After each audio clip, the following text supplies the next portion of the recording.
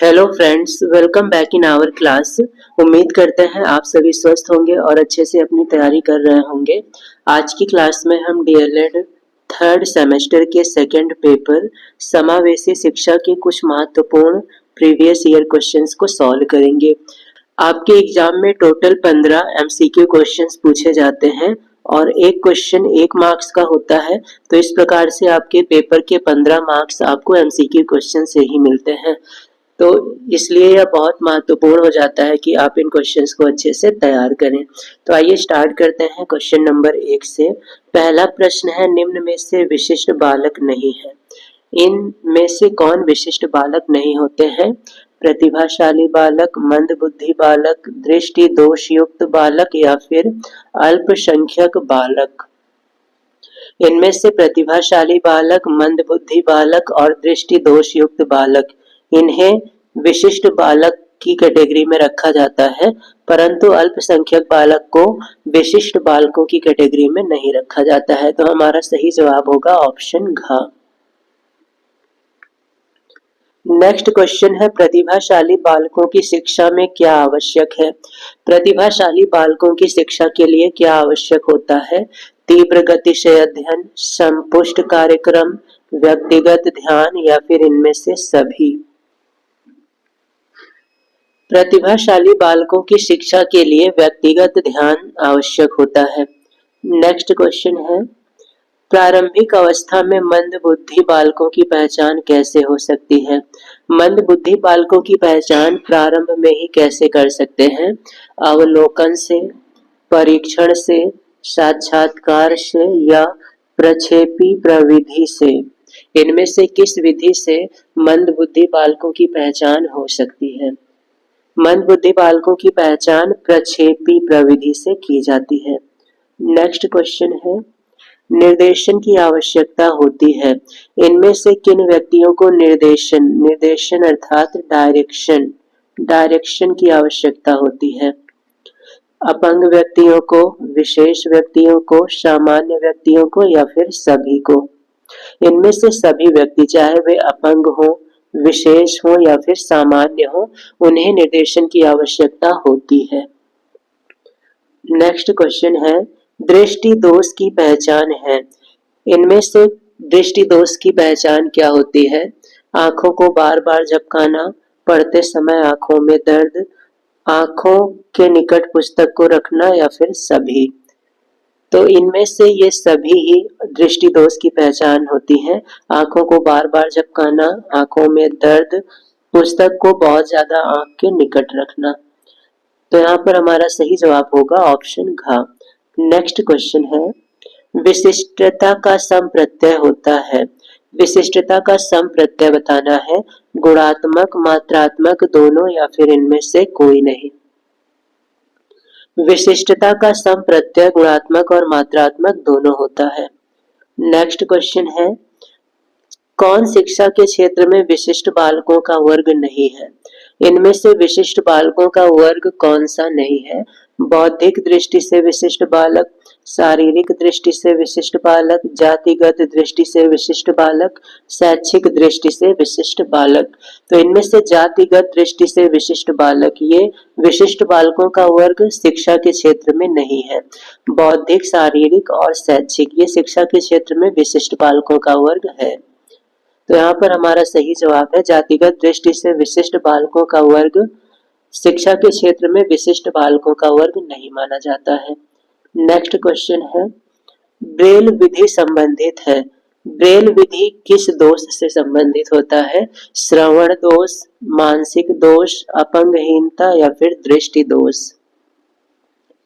Braille विधि का संबंध होता है दृष्टि दोष में। जो व्यक्ति दृष्टि दोष से पीड़ित होते हैं उन्हें ब्रेल विधि के द्वारा सिखाया जाता है। नेक्स्ट क्वेश्चन है, भारतीय पुनर्वास परिषद अधिनियम कब पारित हुआ? पुनर्वास परिषद अधिनियम किस वर्ष में पारित हुआ था? 1991, 1992, 1993, 1995। पुनर्वास परिषद अधिनियम 1992 में पारित हुआ था। नेक्स्ट क्वेश्चन है, विशिष्ट बालकों की शिक्षा के लिए चलाए जाते हैं। विशिष्ट बालकों की शिक्षा के लिए कौन से कार्यक्रम चलाए जाते हैं? विशिष्ट कार्यक्रम, संवर्धन कार्यक्रम, उपचारिक कार्यक्रम या फिर सभी? विशिष्ट बालकों की शिक्षा के लिए संवर्धन कार्यक्रम चलाए जाते हैं। नेक्स्ट क्वेश्चन है, श्रवण बाधित बालकों की सुनने की क्षमता कितनी होती है? जो बालक श्रवण बाधित होते हैं, जिन्हें सुनने में समस्या होती है, उनकी सुनने की क्षमता कितनी होती है? 30 से 50 डेसिबल, 50 से 60, 60 से 70 या फिर 70 से अधिक? श्रवण बाधित बालकों की सुनने की क्षमता 30 से 50 डेसिबल की होती है। नेक्स्ट क्वेश्चन है, विशिष्ट शिक्षा के अंतर्गत इनमें से कौन आता है? विकलांगता, रोगग्रस्तता, अक्षमता या फिर सभी?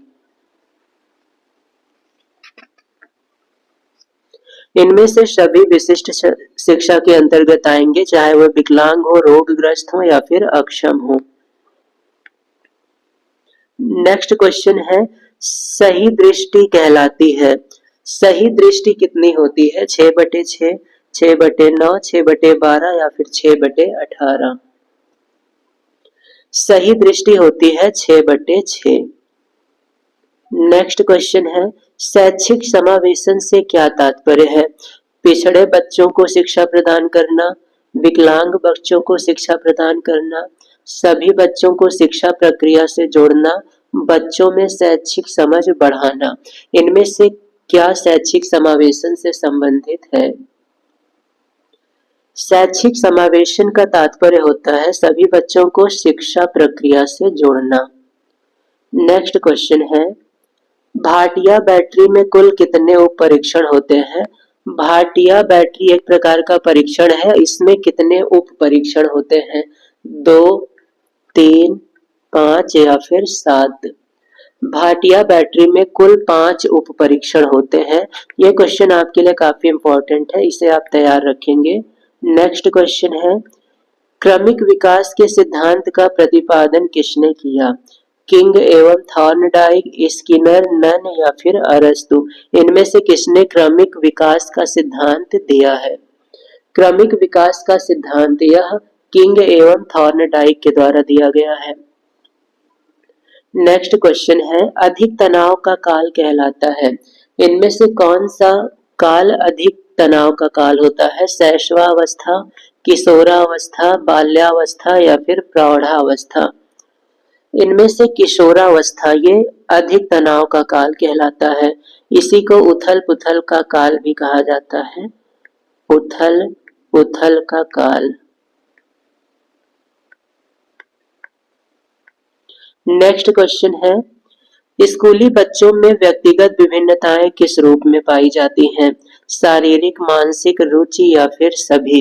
स्कूली बच्चों में किस प्रकार की विभिन्नताएं हो सकती हैं?